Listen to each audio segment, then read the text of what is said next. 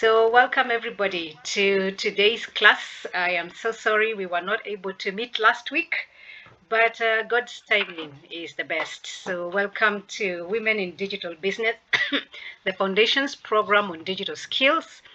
This is a fully funded program by the ILO and Microsoft, and I am your facilitator for today, Lilian Macharia. So welcome very much. Today we are looking at block 3, which is about selling online, because so far we have seen the need for digitization, and we also saw how to start building our presence online. Now, once we are done building our presence, now the next thing is to start selling online, and that is what we are going to be looking at today. But before we start, just like we've always started all the other sessions, how has this journey been for you so far?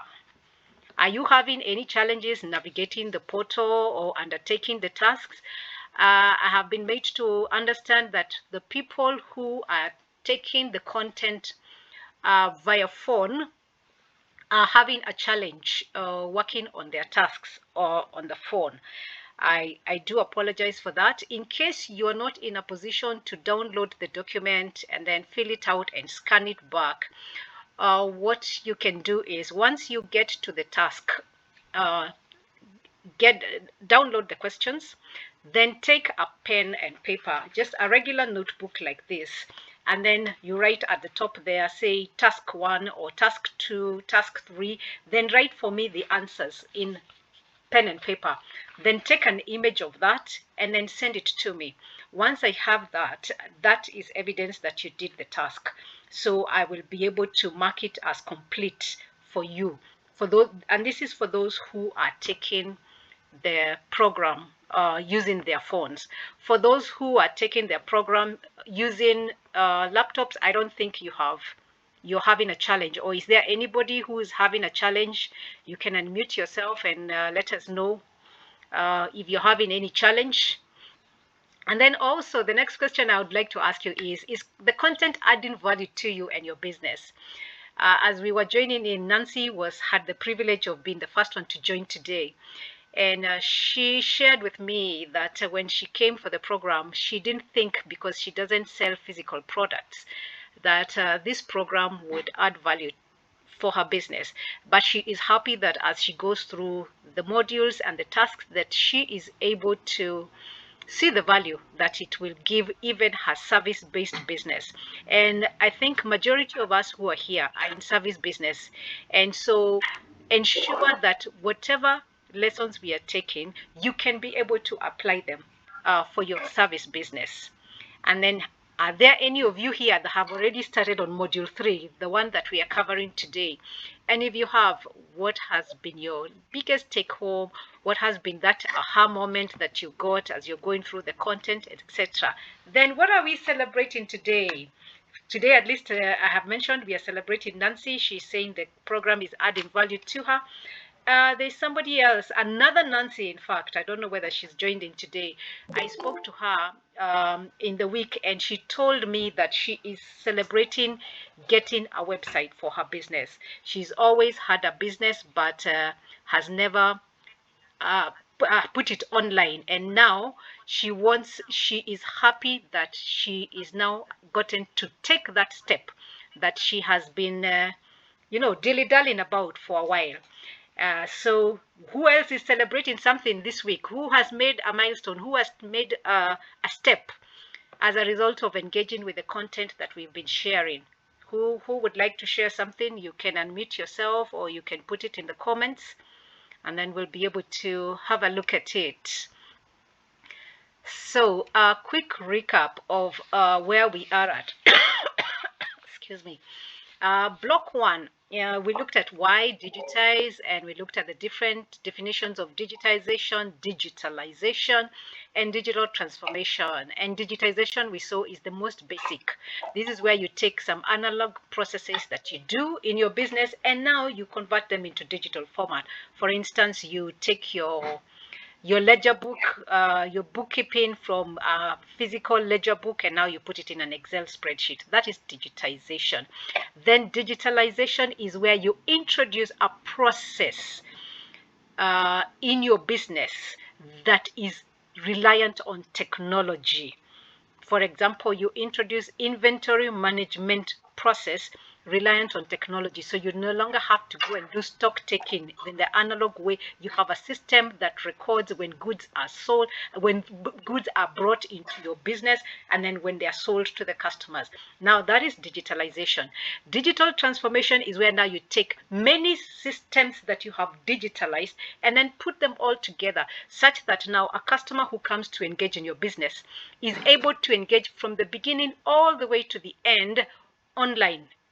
All processes, all systems have been put online so that now, even if you still have a physical store, customers who engage with you need never have to come to your physical store.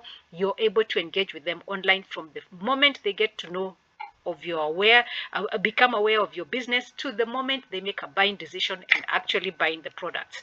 That was block one.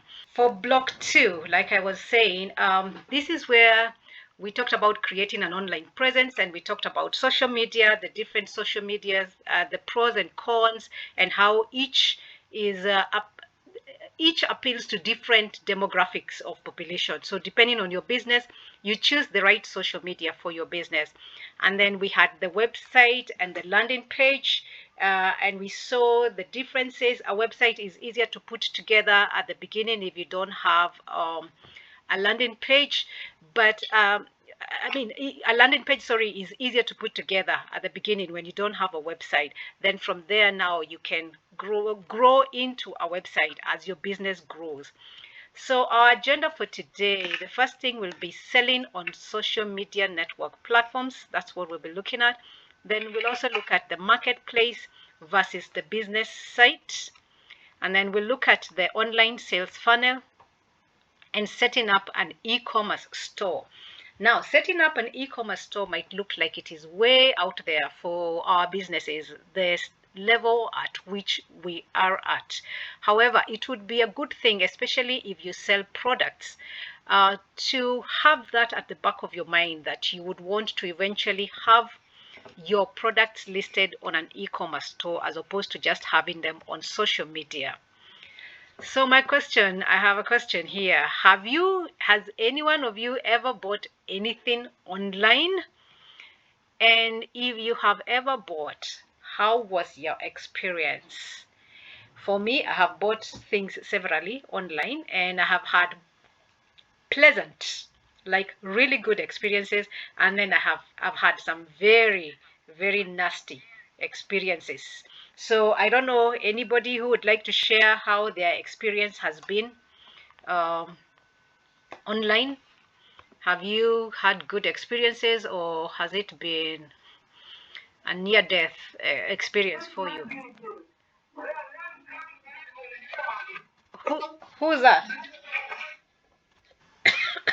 Yes, hello, good evening. Good evening to you. This is Lilian from Kericho. Yes, Lillian. I wish I had a nasty experience on online products. Mm-hmm. Can you hear me? Yes, I can hear you very well.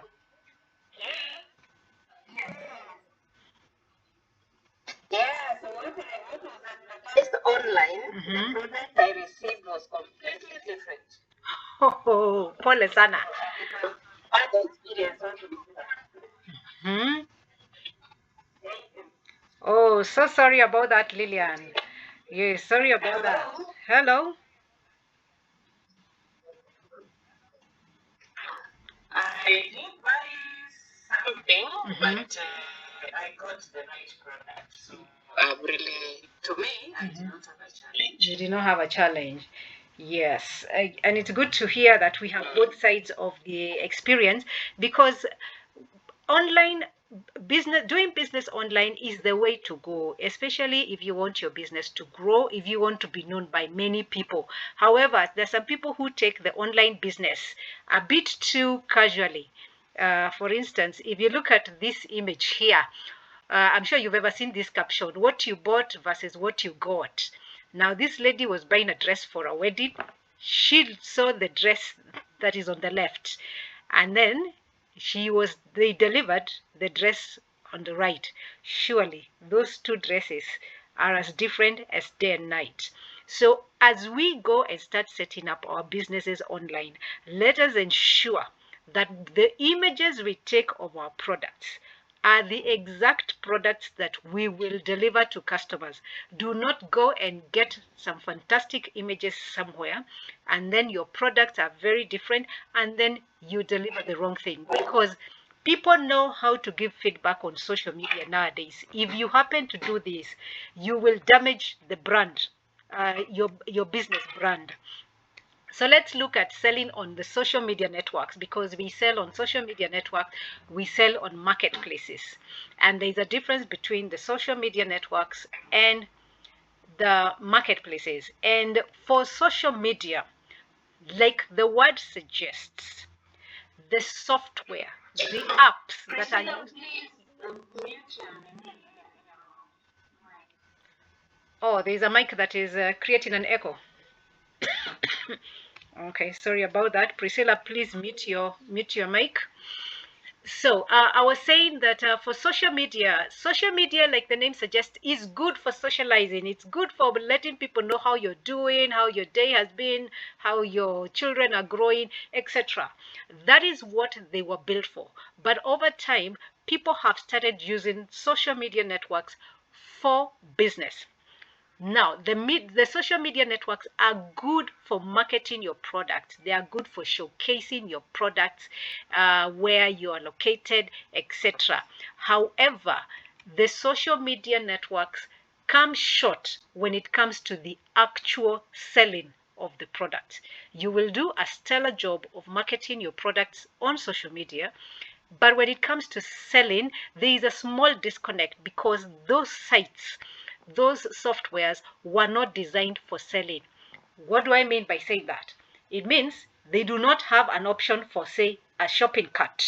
Say, for instance, you do, who does cakes? I think Susan and I think Agatha, you do cakes. So you take very good pictures, you post them online. Somebody is having a wedding, they come and they like the images that you have on your Facebook or your Instagram, and then they want to make a buying decision. The way that social media platform is built, there is no shopping cart. So they cannot go in there and click and say, I want the blue cake with the petals, white petals and all that.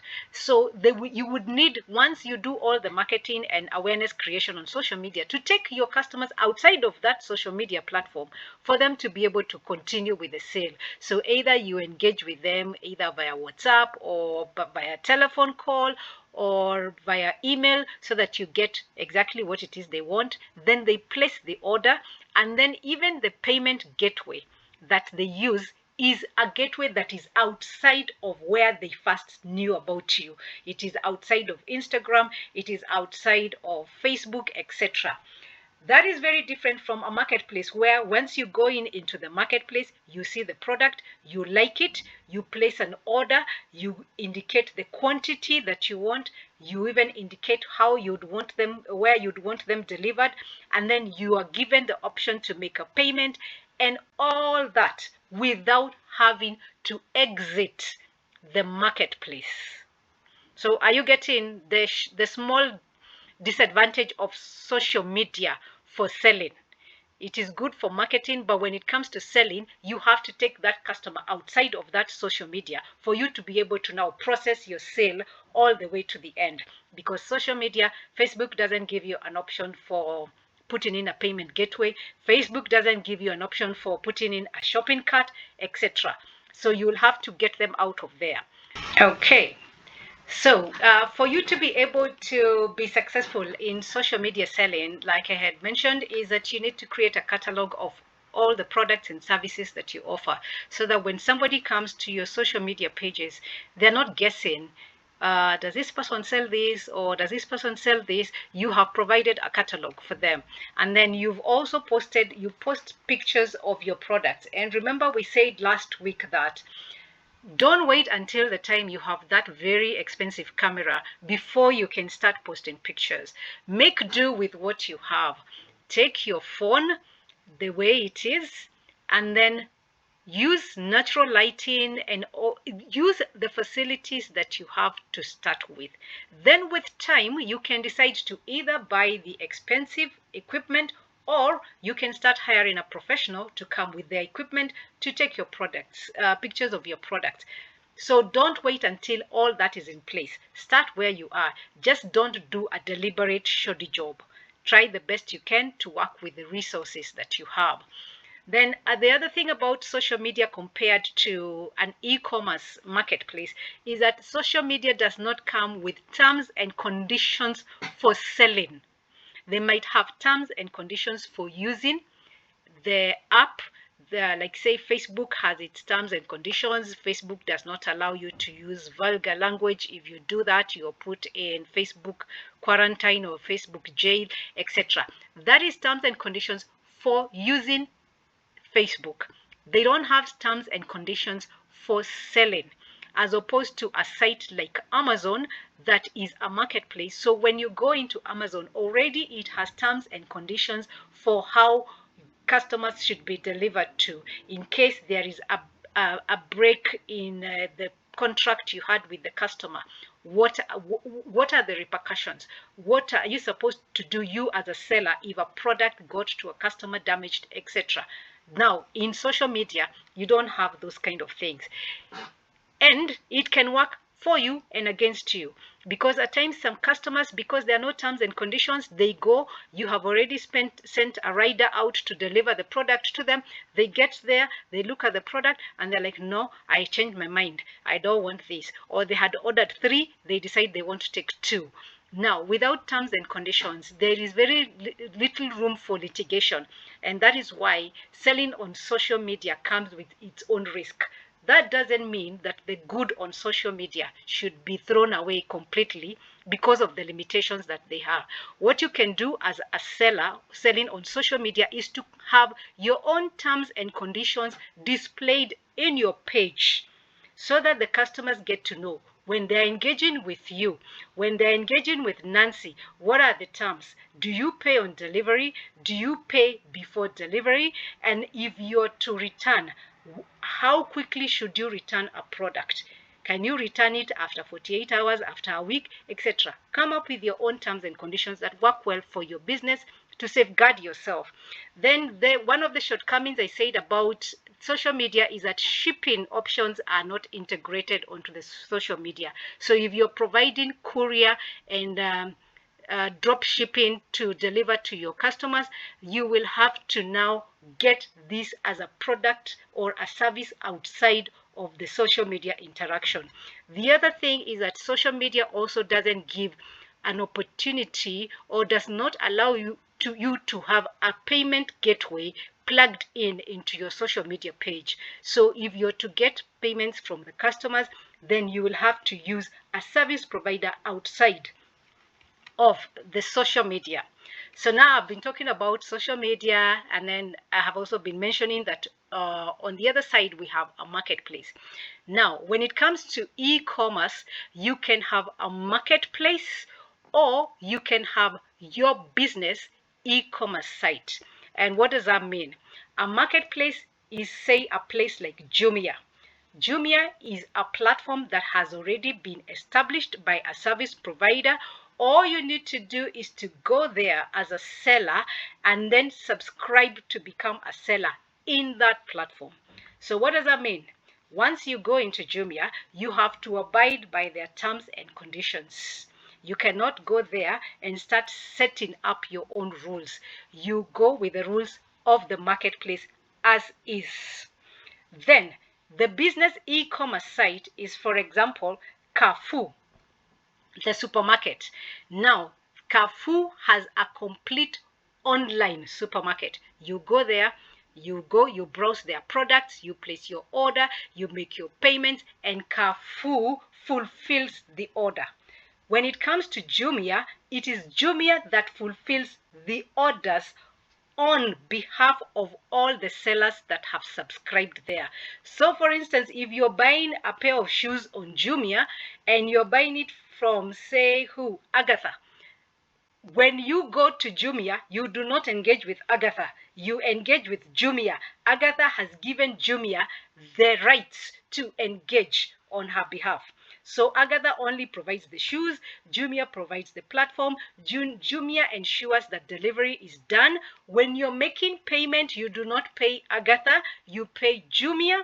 Jumia takes its commission and then gives Agatha the rest of the money. So the safety of a marketplace is that your money is held by the service provider and not by the seller, such that in case there is a query, in case there is a dispute, it is faster to resolve the dispute because Jumia holds onto the funds for some time.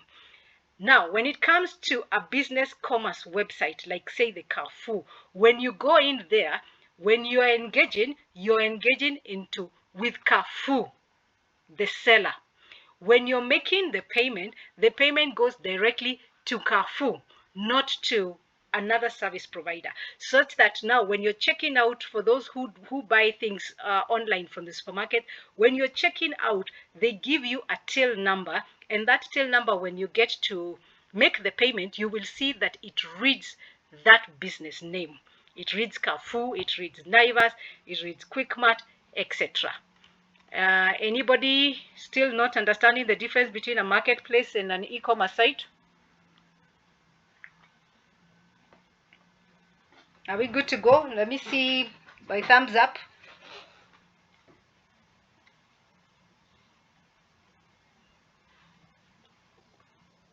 I'm not seeing your thumbs up.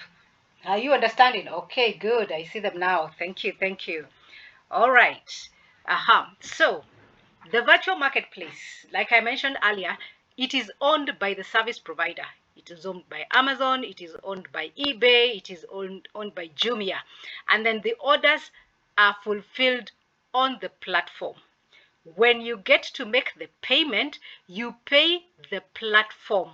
Then the platform will pay the seller once they deduct their commission. Then on the e-commerce site, the site is owned by the business. Then, apart from the site being owned by the business is the one that fulfills the order, and then the business receives payment directly. Now, each of these have their own advantages. The virtual marketplaces have advantages in terms of distribution logistics. For instance, you will find like a place like, say, KFC. You can place an order online through the KFC website. So that is, they have an e-commerce website where you can go and place your order. Then you will find that the same KFC is listed in Uber Eats. Uber Eats is a marketplace because when you go to Uber Eats, you're able to buy KFC, you're able to buy Galitos, you're able to buy, I mean, when you get to the marketplace, you browse the different sellers who are there and you choose the one you want for that day. So KFC realizes having their own website is good because they are able to create loyalty, customer loyalty. However, they also realize that also listing in a virtual marketplace gives them an opportunity to even get a much wider distribution network than the one that they are able to provide. So both are good. When you're starting off as a small business, a marketplace is an easier option to start off at. Then as you grow, you make your website one where you can be able to fulfill orders directly from your website. So don't go and start investing in a very expensive website at the beginning. You can start at the marketplace, and then from there, now once you have grown and you have a critical number of customers who buy your products on a regular basis, then you can now go and get an e-commerce website. Now, depending, regardless of whether you're selling your goods or your services on a virtual marketplace or you're selling on your own e-commerce website, there are things that must be in place. The first thing is you need to have a catalog that lists all the things that you sell so that the customer can be able to browse and search. Then you also need to have very good captivating photos that encourage a customer to make a buying decision. Then over and above the photos, you need to give descriptions. I keep giving this example. There is one time I love having the fitted bed sheets on my bed. I just love the way they fit nicely and they don't keep getting wrinkled and all and creased. So one time I went to Jumia and I searched fitted bed sheets, and there were enough images there, but they were not giving me descriptions of how deep, because depending on how big your mattress is, the fitting needs to be deep. Some are deep, some are shallow. For smaller mattresses, they were not giving those kind of descriptions. They were not giving the thread count so that I'm able to tell whether that will be a very light bed sheet or it will be a bed sheet that is comfortable to sleep in. So when you're listing your images, accompany them with titles and descriptions so that customers are not left guessing. If I buy this, is it going to be like this or is it going to be like this? Let them know. If you're selling say laundry machines, let them know the dimensions of your laundry machine so that somebody can go and look at their laundry room, the size it is, and then make a decision whether that machine can fit in their laundry room or not. Then you need to also have a stock number. Stock number are used to identify different products.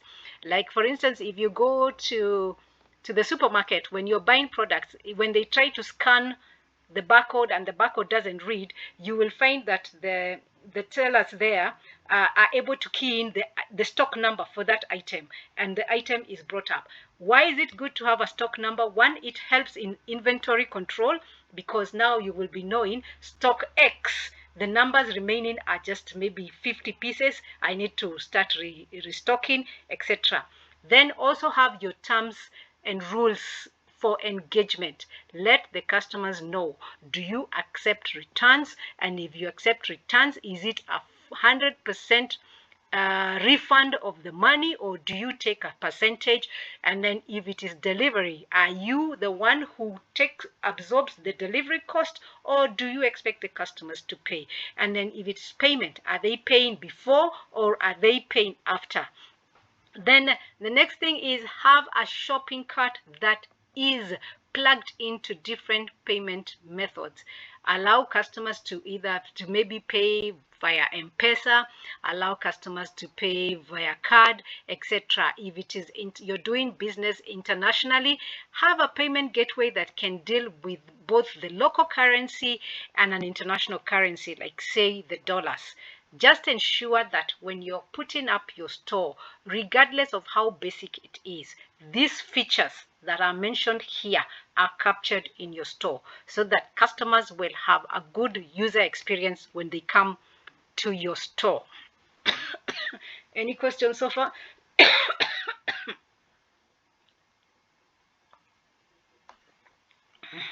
Any questions? We can go on. All right, so we will be talking about the sales funnel, the digital sales funnel for people who are selling their products online. What is a sales funnel? A funnel, just like the funnel that we use when we are pouring milk into a jug, etc. That funnel, as you can see even from my image there, it is wider at the top and it keeps getting narrower and narrower at the bottom. So at the top, you bring in very many customers, very many prospects to come and engage with your products and your services. Then as they are going through that funnel, you are nurturing them. Your customer journey, how do you nurture them from people who become aware of what you do to people who show interest in what you do, etc. The steps that you take and how you make them follow each other will be determining your conversion ratio. That means if at the beginning, at the top of the funnel there, maybe you sent out an advertisement online and you got 100 people to be aware of what you're selling. Of that 100, how many at the bottom of the funnel will have been converted from just being people who were aware of what you do to being people who are buying the products and the services that you're selling.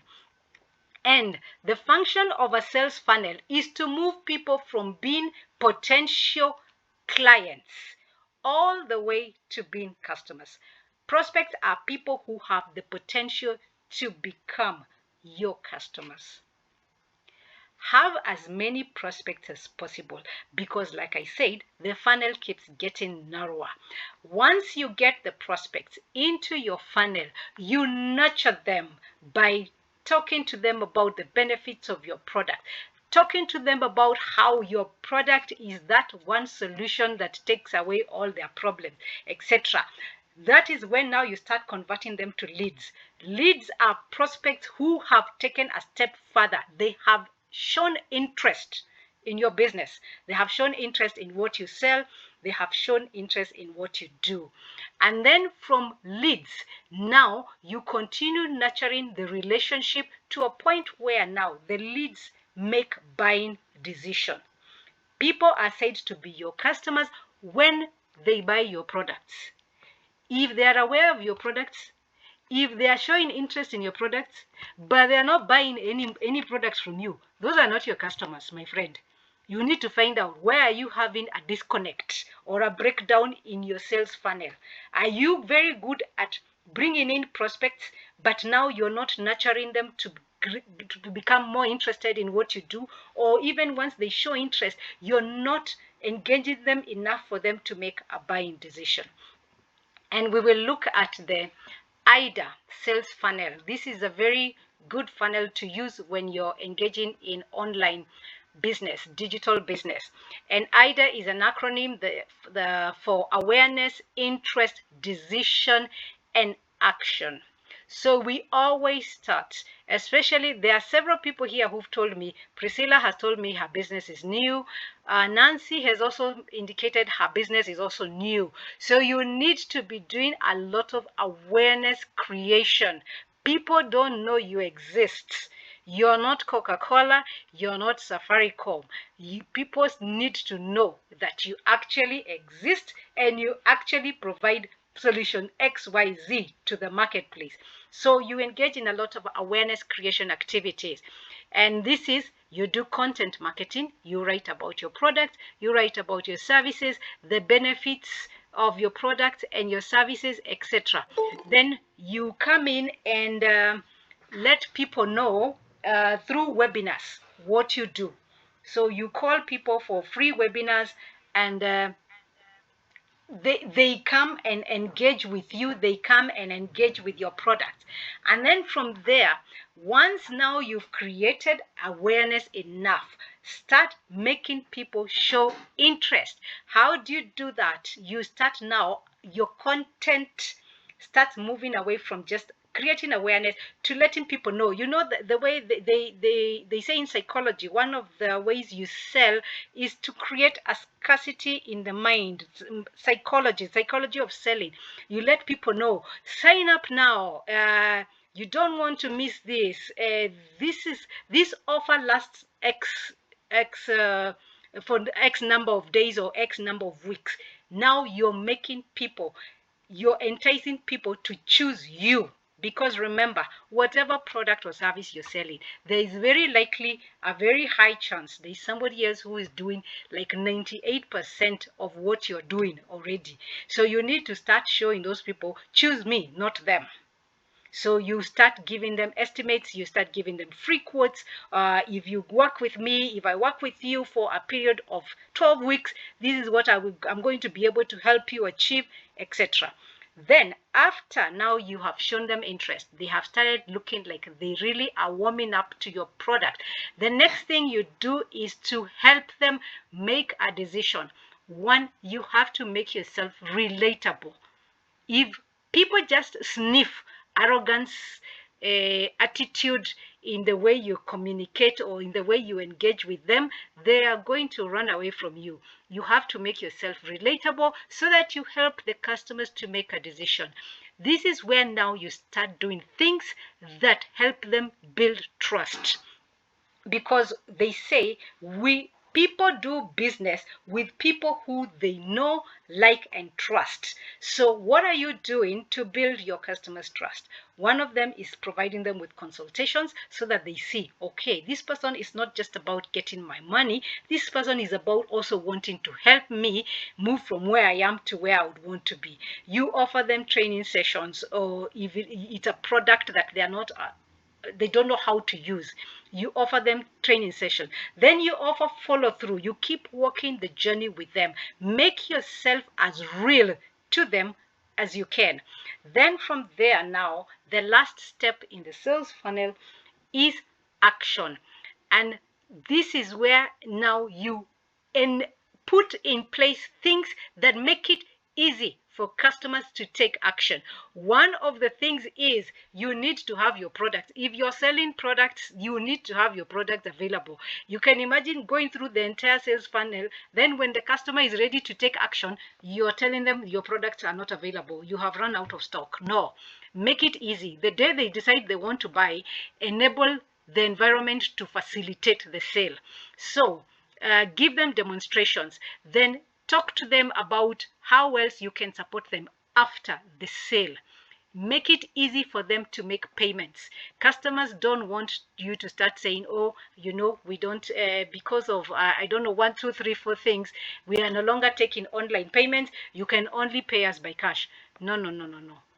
Do not make your customers' life, once they are at the point of making a decision, don't make it difficult for them, or don't make them start thinking, maybe I should delay this decision for a week or two. Ensure that when the customer is getting to the verge or taking action and making a decision to buy, that everything, all your ducks are lined up in a row. There is no going back to tell them, oh, can we talk about this next week? Ensure everything is okay. The sales funnel is a continuous thing. You're forever creating awareness and bringing in prospects. Then at the bottom, you're churning customers who have bought from you. Some of those customers, you take them back into the funnel again and sell a different product to them. So it is a continuous process. All the time you're getting in more people at the top, so that at the bottom there will always be a continuous flow of customers. So let's look at building an e-commerce site. And like I mentioned, excuse me, I mentioned at the beginning, an e-commerce site might look like it is something that is way out there for your business currently. However, you can start small and keep getting better. Start small, keep getting better. So we will be looking at, is an e-commerce business your cup of tea? Having your business transactions being done online. So what should you be looking at when you're setting up a store in a virtual marketplace? First things first, these virtual marketplaces are places like eBay, Amazon, Jumia, Uber Eats, everywhere where you can just go in as an individual seller, as an individual business person, and you list your products and services, and the website or the platform is able to facilitate online business for you and on your behalf. So choose the platform. Ensure that it is a platform that resonates well with the kind of products that you sell. Some platforms are out of maybe being too big. There are some people who find them extremely big. For instance, I have a challenge doing business on Amazon. I just find it too big. I feel lost when I'm there and all that. I prefer slightly smaller marketplaces, but that is me. So when you're choosing your platform, choose where do your target audience prefer to be. Then once you choose the platform, you create a selling account. Then you choose your language. Do you want your products to be listed in English? Do you want them listed in French, etc.? And then choose your currency. Some platforms allow you to have more than one currency, so that when you're dealing with people in the local market, you can deal with them in Kenya shillings. Then when you're dealing with people in the international market, then you can sell to them in dollars. Then choose a shop name. It could be the same name as your physical store, or you can choose to have it as a different name. I just say have the same name for consistency, so that when people find you offline and when people find you online, it is the same name. Then customize your shop. Let it look unique to you. Let your colors come through. Remember, we talked about branding, and I said even if you don't go into all the nitty-gritty of coming up with an elaborate brand book, at least have your colors, have a definition of what those colors mean to you. Get a logo designer. Nowadays it is so easy. You go online, you will find freelancers who can build for you a logo very cheaply, or you can go to sites like Canva and come up with a logo, so that now your shop in the platform, in the marketplace, is customized to your colors. It's customized to the way you want it to look. Then add your products. That means coming up with your catalog. Then you set up your payment details, and nowadays it is very easy to set up. You can set up WooCommerce, you can set up PayPal, M-Pesa nowadays integrates with quite a number of the marketplaces, etc. Then set up shipping details and decide on packaging. How are you going to be packaging your products? Some people go all out. They are a small business, but they ensure that when the customers receive their product, they will be able to feel them from the way their products have been packaged. Are you going to be wrapping for people things in brown paper and all that? Bora product ifike? Is that how you want to be branded? Or do you want to be that one person that when I deliver to you my product, the way it is packaged, you can tell that I am a business that is serious about what I'm doing? Set up your packaging. It doesn't have to be expensive for it to look beautiful. Then implement your marketing strategy. You remember the strategy we have been coming up with slowly. How are you going to be marketing? Are you going to be doing content marketing? Are you going to be doing ads? Are you going to be doing a lot of images on social media, WhatsApp status, etc.? Have the strategy and implement it. It is a tragedy to come up with a strategy and then you do not implement it. A strategy is as good as the implementation. And in the Women in Digital Business, we are talking about we reward progress, not perfectionism. So your marketing strategy, your marketing efforts may not be perfect, but for as long as you're taking steps, we are celebrating your progress. So don't say, I'm too small, I am too naive, I'm too new in this, I cannot start. Start and make progress. And let perfectionism, if at all it ever exists, find you when you're making progress. So that was setting up on a virtual marketplace, which is very easy. Like I said, you just need to identify which marketplace it is and then you set up. Now, just let's assume that now you want to have your own website and sell your product on your website. The first thing you need to do, if you don't have the website already, is to get a website building service and develop your website. And then from the website, then from there you will be able to keep adding these other things. Take for instance, let me use myself as an example. I sell online courses. Over and above corporate training, I also sell online courses to entrepreneurs. Now I have put them on my website. So you're able to go to my website and look at the program, and then you will see if it is coming up, it is opening up, then you will see the payment details. Very basic, but it is still an e-commerce in the sense that somebody can engage with me by visiting my website without having to speak to me. They go there, they look at how I've described the course, then they make a decision whether that course is good for them, then they make a decision to make a payment. They pay using, I have WooCommerce there and I have M-Pesa. They make the decision to buy, and I only get a prompt that somebody has bought product X after they've made the payment. Now, that's a very basic e-commerce site.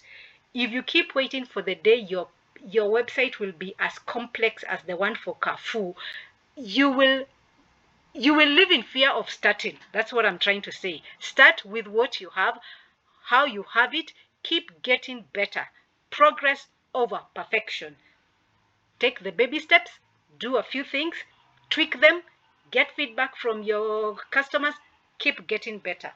Then once you customize your site, you list your products just like the other one, you choose a payment gateway, you set up your shipping details and decide on packaging. For instance, in my online courses, there is one particular course where I say you can ask for a refund within the first 2 weeks. After that, you're not eligible for a refund. Then there are those that I don't give a refund because of the duration of the course and the content of the course. So decide what are your shipping details, what are your packaging, and then implement your strategy just like the other. But remember, you as a business person, you are your vision carrier. You're the one who knows the end. You are the one who knows the vision that you have for your business. So much as you can hire people to support you with your e-commerce, it is you as the business owner who needs to define your strategic objectives and business model. And then from there, now you sit with that expert and tell them, my objectives for my e-commerce platform are 1, 2, 3, 4, 5. Now, my business model, I will be dealing with either business to business or business to consumer, etc. Now, from what I have given you, go ahead and develop for me the e-commerce. You are the vision carrier. At times when we engage some of these experts, they end up imposing their own ideas. It is good to receive advice from them, but don't let them take you away from your vision. If what you want to achieve is X, don't let them convince you that Y might work if that is not your original strategic objective. Any questions so far?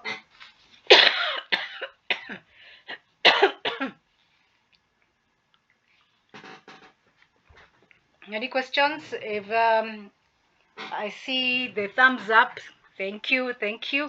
All right. Let's look at the last topic for today, and these are the e-commerce business models. And we have B2B, B2C, C2C, that's consumer to consumer, and consumer to business. Different people, all of us here are in different businesses, and so therefore we have different business models. For instance, me, I straddle between business to business and consumer to business. Consumer, when I go in and I engage as Lillian, the consultant, I come to a business with my name and my expertise, then I am engaging as a consumer to business. I bring my expertise as an independent contractor and I get engaged by a business. However, when I approach a business using my business name, High Achievers Institute of Professionals, and I go and approach, let's say KQ, and I send them a proposal on how I can train their staff or on customer experience, etc. Now, that is business to business. Different products require different models, and we will be looking at them. And you can straddle, just like I've given an example of myself, you can straddle across depending on who you're engaging with at what time, at what stage. So let's look at business to business.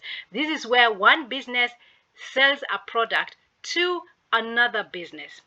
Now, when it comes to services, the sale might be final. But when it comes to products, at times you as a business sell your products to another business, then that business takes them and sells them further to the consumer. So the products can be resold. The products that you sold to that business, the business can package it, break them down into smaller quantities, and then they sell to somebody else, to the end consumer. Then we have the business to consumer, and this one targets individual clients, and normally the sale that is made there is final because the person buying is the consumer. Then we have the second one, the third one rather, the C2B, the consumer to business. And this is where, like I said, when you come in as an expert in whatever it is you have experience in, maybe you went to school and acquired the skill, or you have acquired the skill as a result of many years of working. Now you go in and provide your service as a consultant, and you get contracted by a business to provide the service. Now that is what we call consumer to business. Then the last one is consumer to consumer. Normally, this is when one customer sells another customer a product. How do we normally do this? Like those WhatsApp groups for decluttering. You have products in your house that you're no longer using, or you bought something, it is no longer working for you, and now you need to sell it. Now you will be a consumer selling to another consumer. And let's just look at I have mentioned this, so I'll go through it very quickly. In the business to business, what is sold is usually large amounts of goods, and the services are one business providing service to another business. And the sale model is usually the business that is buys the product to resell them in the future. And what is the marketing strategy? Because this is business to business, we are looking at long-term customer loyalty, because also the volumes are larger. And then there's a lot of focus on customer experience, because you do not want to lose a corporate client, a business that has been giving you work for a while. You don't want to lose them. So what are the tools you use when you're engaging in B2B? You do ads, you do posts in business forums and business groups. Then if you have been accumulating an email list of your potential customers, businesses, you use the email list to get to them. Then you use your own website, because businesses normally look at the websites of other businesses. And then you also get to in touch with them through networking forums. Now, when it comes to business to consumer, the goods are in smaller amounts. The customer is an individual, the end user, and therefore the sale is final. And normally this one's cause normally you don't get a customer coming back to you over and over and over again. The business marketing strategy is short-term loyalty and always attracting the numbers. B2C is a game of numbers, because a consumer won't buy a lot of things, high ticket things from you. But now when you have many consumers who are coming to you and buying many things over time, then the volumes are still good. So here the strategy is you need to keep attracting more and more new customers to come to you. So what are the tools that you use? You can go to marketplaces like Amazon, you can go to Alibaba, you can use your own website if you have developed it as an e-commerce store.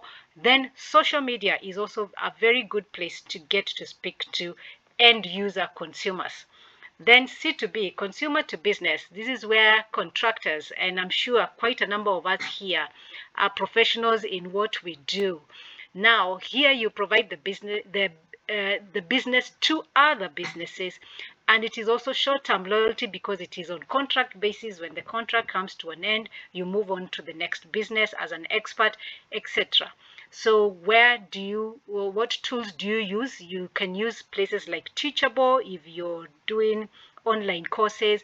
You can use Fiverr, where now you go there and showcase your skills and talent, and people come to you and bid for you to provide them with a service. Then the last one, like I said, is consumer to consumer, and this is where two individuals are engaging in business. This is usually not a consistent business. It is one-off, depending on when you have products to sell to other consumers. And most of the places where the tools you use are places like eBay, where you can list your product. Like I said, the declutter, WhatsApp groups, Craigslist, auction sites, social media, etc. And you will be shocked that so many things that are lying in your house are a business opportunity if only you put them in the eyes of the customers. So when choosing, how do you choose what is the right model for you? First, Who are you targeting? Are you targeting businesses? Are you targeting consumers? And then what kind of products and services are you looking to sell?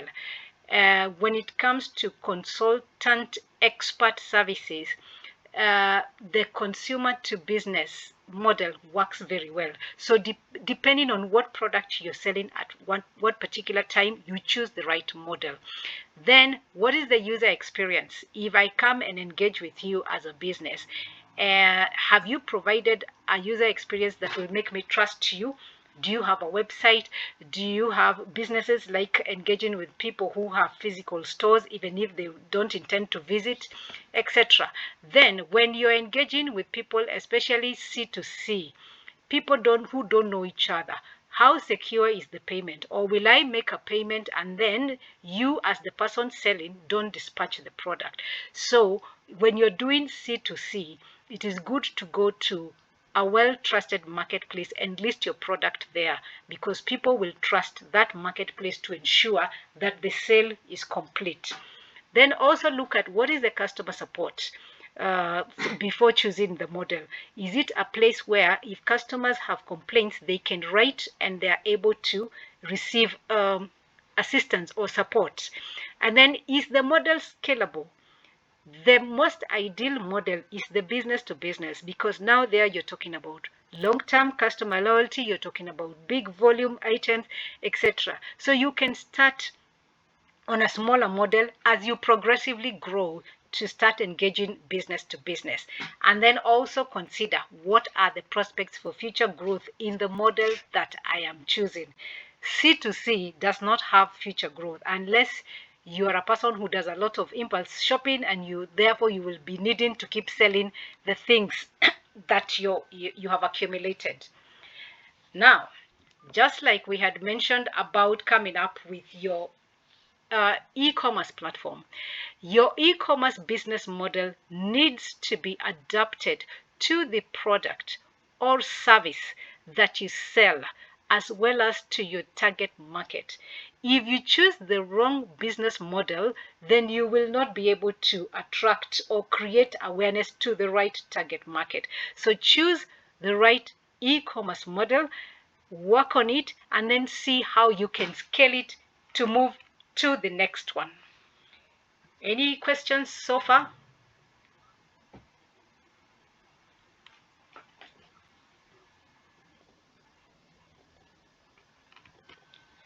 Okay. Thank you for the thumbs up. Now, the task 3. Take your time to undertake task 3.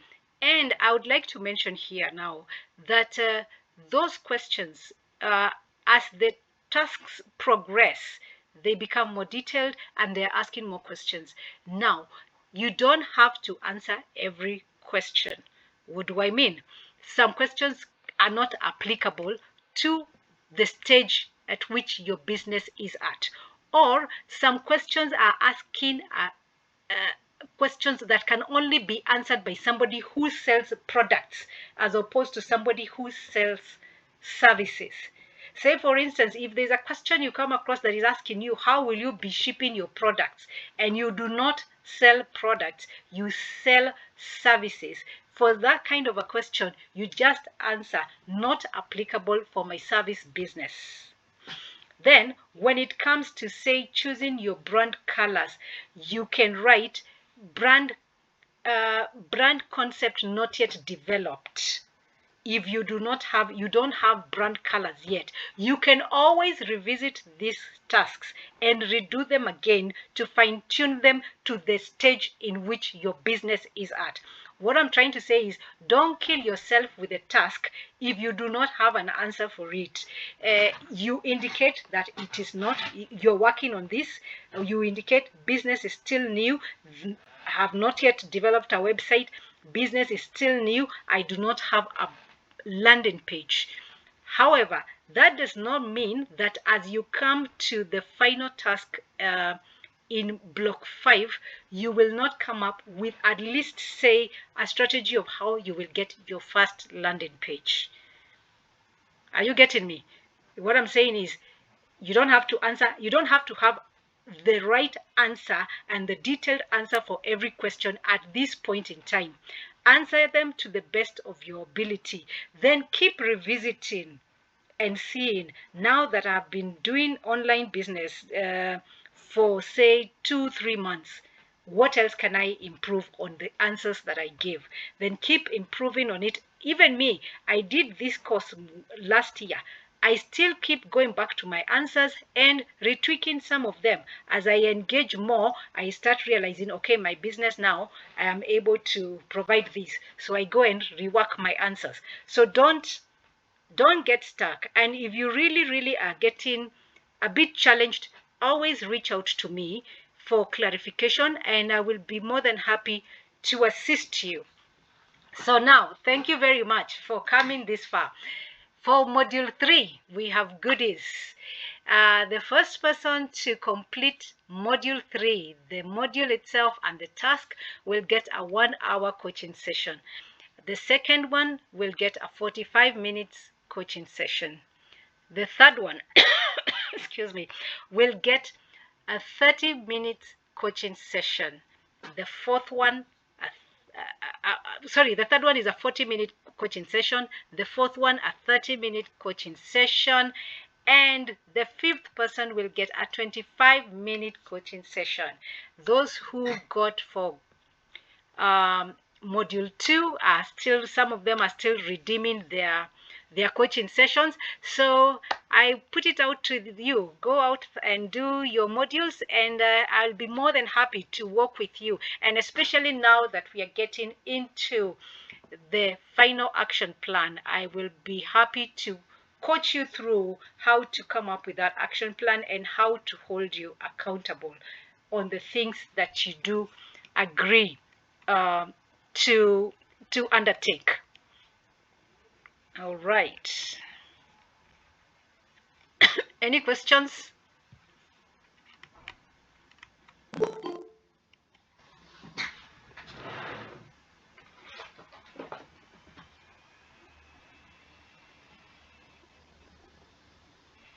Any questions? It's okay. It's been a good session, Lillian. Thank you. Okay, thank you, Nancy. Thank you. I see Susan. Thumbs up. Asanteni sana. Yes. So then I will be looking forward to seeing your interaction in the group, and also to get to see who will complete their module 3, so that they can be able to scoop the prizes. So the faster you do it, the better. And also, as we conclude, maybe let me also let you know, for those of you who would want to become lead trainers that like the way I am, getting this certification makes it easier for you to qualify to be a lead trainer. So I would encourage you to go through the modules, go through all of them until you get to the last one, so that now I can be able to issue you with your certificate. And then once you get issued with a certificate, you now can apply to become for the training of trainers. And the training of trainers, they teach you how to deliver this content. They give you the manuals and training materials, so that now you customize them and do your own webinars like this. And then from there, once you go through the TOT, you get what we call a temporary lead trainer certificate. Temporary in the sense that you have not yet trained anybody. And then they ask you, once you get that certificate, now you can start marketing yourself as a lead trainer and recruiting participants to join your class. Then once you recruit participants, you get the first 10 to be certified and to go through the 5 modules and get certified. Once you get 10 participants certified, now you get issued with a permanent lead trainer certificate. And that's where now it gets better. Once you become a permanent lead trainer, now you become eligible for the grant, from the ILO, International Labour Organization, and it is a grant of $3,000. It's approximately $3,000 is about 330 Kenya shillings. So what do they give you that grant for? They give you that grant so that now you can be able to market yourself more as a lead trainer, get more participants, at least get about 50 more participants to go through your class and to get certified. And once you get that, once you apply for the grant, and then you explain to them what it is you want the grant for. Are you going to be using it for, say, advertising yourself as a lead trainer? Are you going to use it to, say, buy a laptop that you can use that has a better camera? Are you going to use to buy lighting? Whatever it is, for as long as you're able to demonstrate that you will use that money to enable you be able to train more women, then you qualify for the grant. You get awarded the grant. They will give you 60% at the beginning. You now engage in aggressive marketing and teaching the way I'm doing, and then after that, now the more participants graduate from your class, now is when they will send out, they'll disburse the other 40%. Who would be interested? Who thinks that's a good idea?